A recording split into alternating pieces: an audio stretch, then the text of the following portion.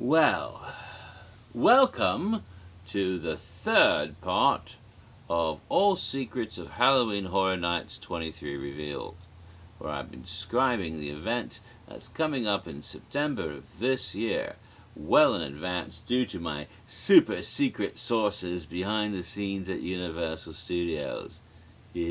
Except, of course, this is all an April Fool's gag. As I have previously stated in the past two videos, in case you missed them, this is just part of an elaborate hoax. So nothing that I say during these videos is true. Every statement is false, including the one I just said. And if you have any sort of logical thinking, you know what that means.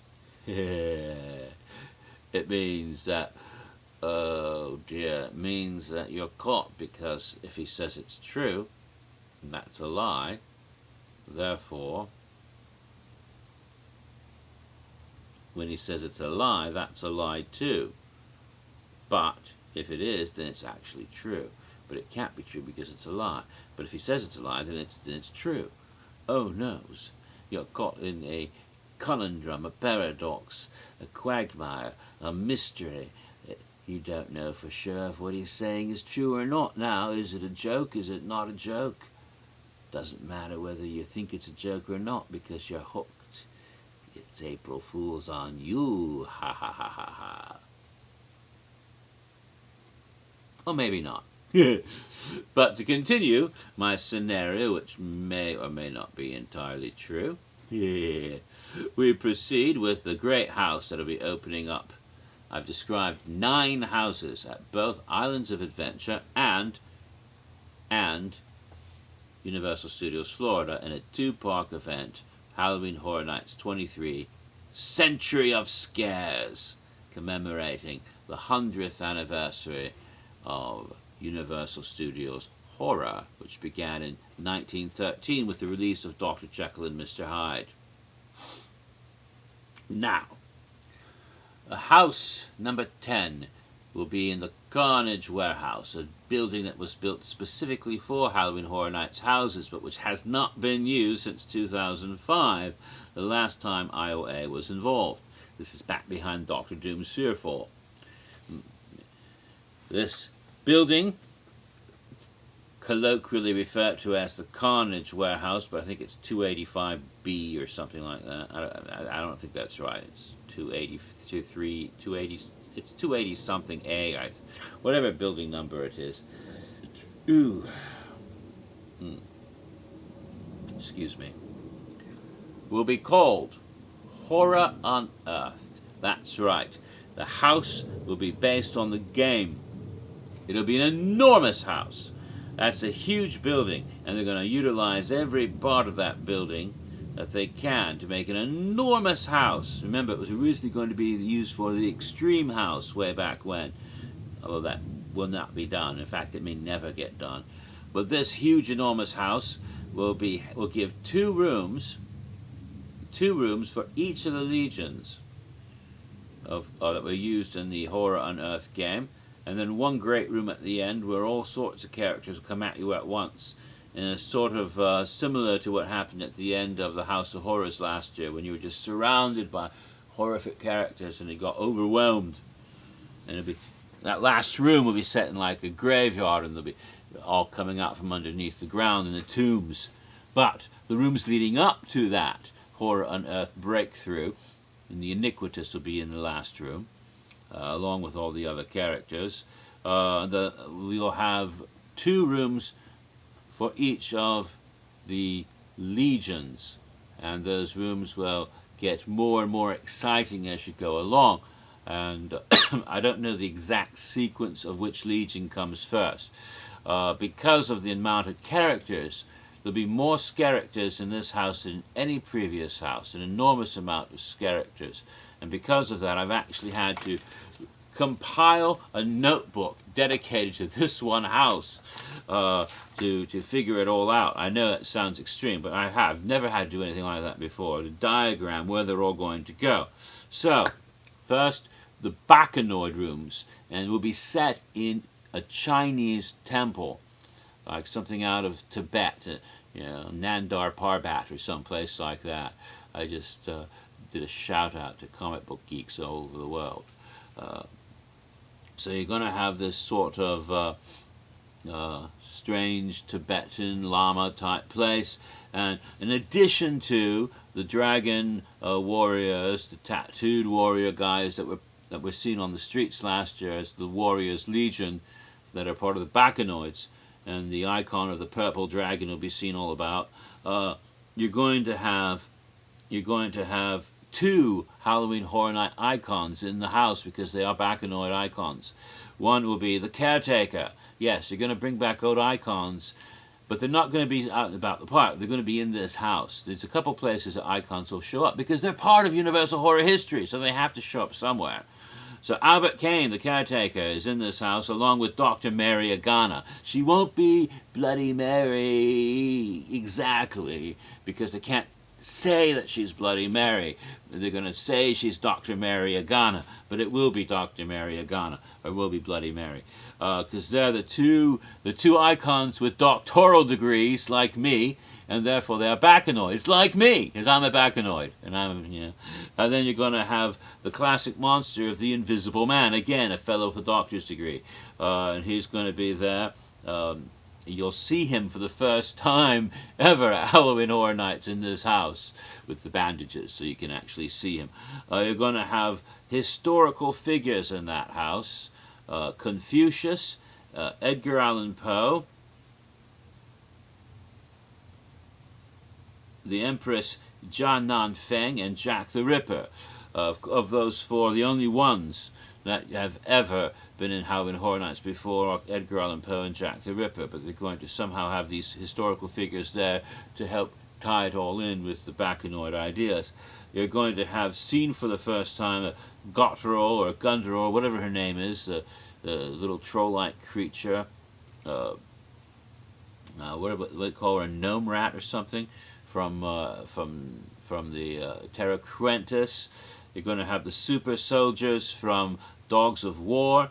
You're going to have Dr. Richard Steerington from Legendary Truth, and Boris Schuster, the private investigator, will be in that house in some scene somewhere, along with the notorious Professor James Moriarty from the Sherlock Holmes villain. They will all be in the Bacanoid rooms in ancient China.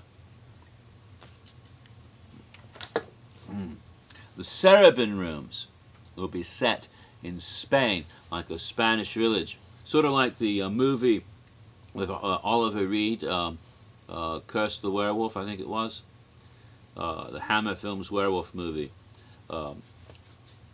And that's because the origin of the Cerebin Legion is in Spain. And let's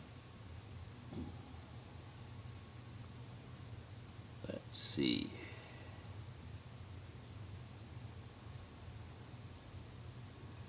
In that room you're going to have the Wolfman, the classic Universal monster. You're going to have the creature from the Black Lagoon as well, in these 2 rooms that are set in Spain. You'll have Attila the Hun, and then you'll have major HHN characters, not a full icon, but you're going to have the Lord of Darkness, Orcs, the little Igor demon for the first time to be seen in a house, the Knuckle Grunts from Terra Cruentus, Nightmare from the Island of Evil Souls in 2002, that's the demon Nightmare, the Flying Monkeys from Path of the Wicked, the Raptors from Jurassic Park, the great big tree guy that sometimes showed up in various scare zones. The Rat Lady will be in this scene, in these scenes in there. You're going to have the Nightingales from a couple of years ago, those evil nurses, and a total weird character that's never been seen at HHN before, Grendel. If you're familiar with the Beowulf legend, they're going to have the terrible monster Grendel as well in the Cerebin rooms of this house, Horror on Earth. So quite a lot of characters, and that's why they need 2 rooms for every legion, along with the Cerebin, the Karazhan room. And again, these are color coded because that room will be more yellow in color. The Karazhan rooms will have a greenish tint to it, and the Karazhan, and of course, you're also going to have in the Cerebin room all the beasts that are running around in the park last year as well. So the Karazhan room is going to be greenish in color and feature the zombie hordes that we had last year, but will also feature the icon of the Usher, Julian Browning. And you're going to have the classic Universal monsters of the Mummy and the Frankenstein monster in the same room.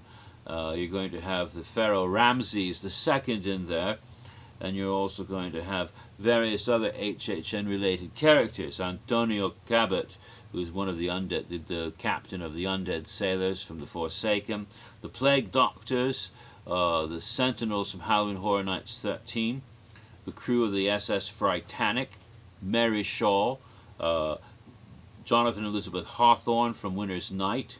You're going to have the Body Collectors, the Smiling Gentlemen, and you're going to have the photographer Charlie McPherson, who was from the legendary Truth, and you'll even have the Shakespearean character of Aaron the Moor, all featured in the Karazhan rooms, which are going to be set in ancient Egypt, like mummy tombs.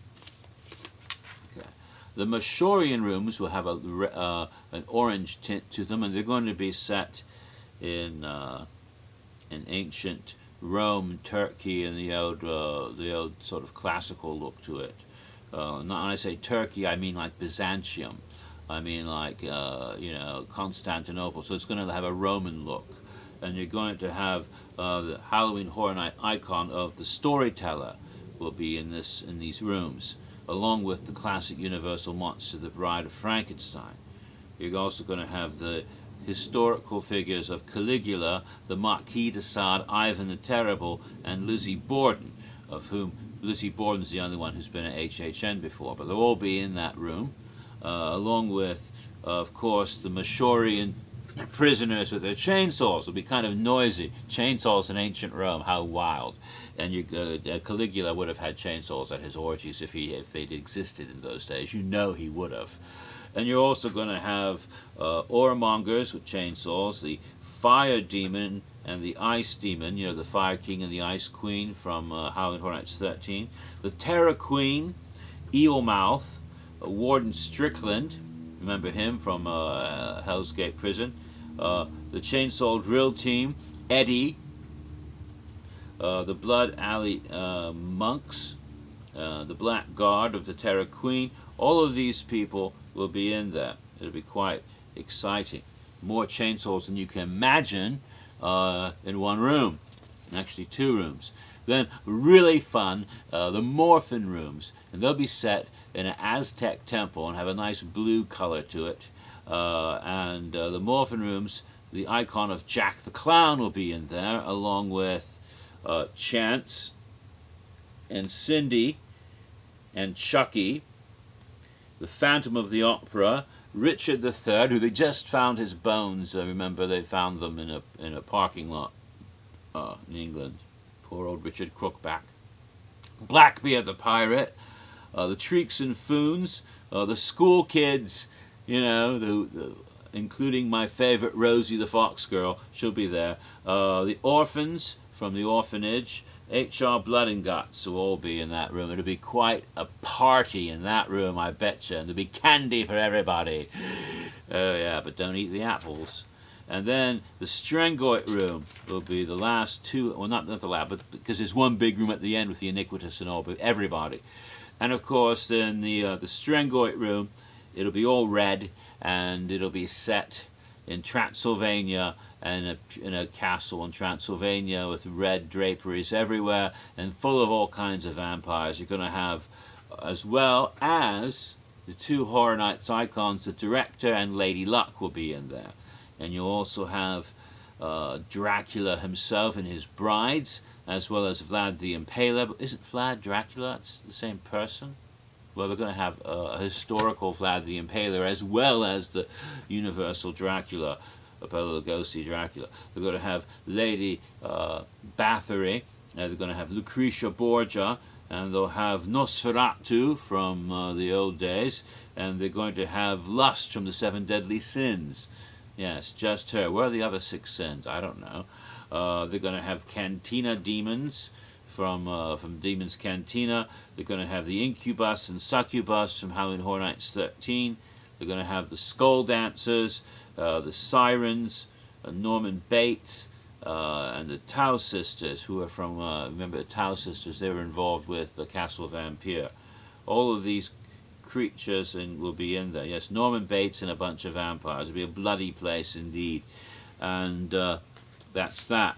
So all of those will describe the various horror unearthed rooms, and of course the big party at the end with everybody, all sorts of characters in that last huge, enormous, the biggest room they've ever designed for Halloween Horror Nights, for the climactic scene with the Iniquitous on stilts. It's going to be big, tall, all the way up to the top of the warehouse, and it's going to be amazing at that last scene. So that's going to be astounding.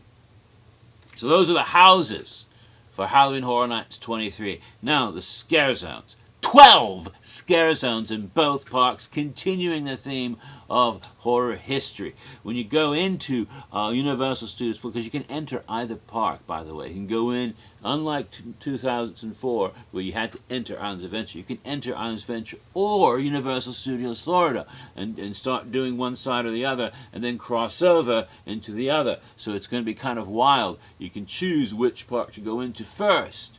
If you go into the Universal Studios Florida side, going up towards Production Central, all the way up the street to New York on this side of Gramercy Park, you know, where Twister is, on that side of Gramercy Park, all the way past that, all the way to the frickin' library, because they're not using queue lines right in that area.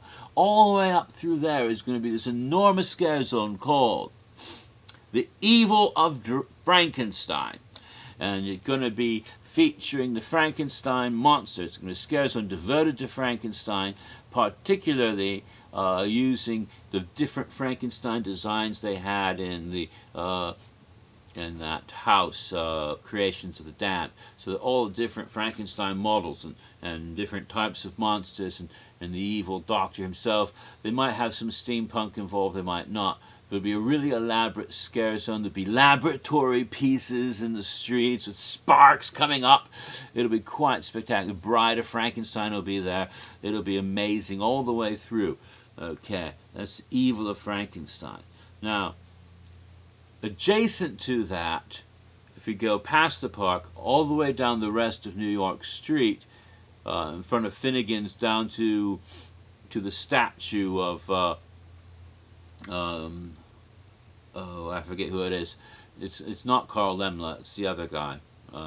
But whoever it is, it's that statue. All the way down to about there, to the end of New York, will be, and including Sting Alley, will be a scare zone called the Mummy's Tomb. And it'll be dedicated to the mummy, and you're going to have, especially in Sting Alley, it's going to have the tunnels of the Egyptian tunnels and Anubis and mummies, male and female, and stilt characters, and you're going to have the the cobras and you bet your ass, but they'll have yeah, and they're going to have all of these Egyptian creatures and mummies and Imhotep and all of that there recreated in glorious ways. So that'll be quite spectacular scare zone. Then in San Francisco, they're going to have a scare zone that'll be tied into the house there, which was the Mole People. So when you come out of the Mole People, you go right into a scare zone of the Mole People attack. And the Mole People attack, you'll have the Mole People themselves, along with the Sumerian, pale Sumerian warriors and others running around in the dark there.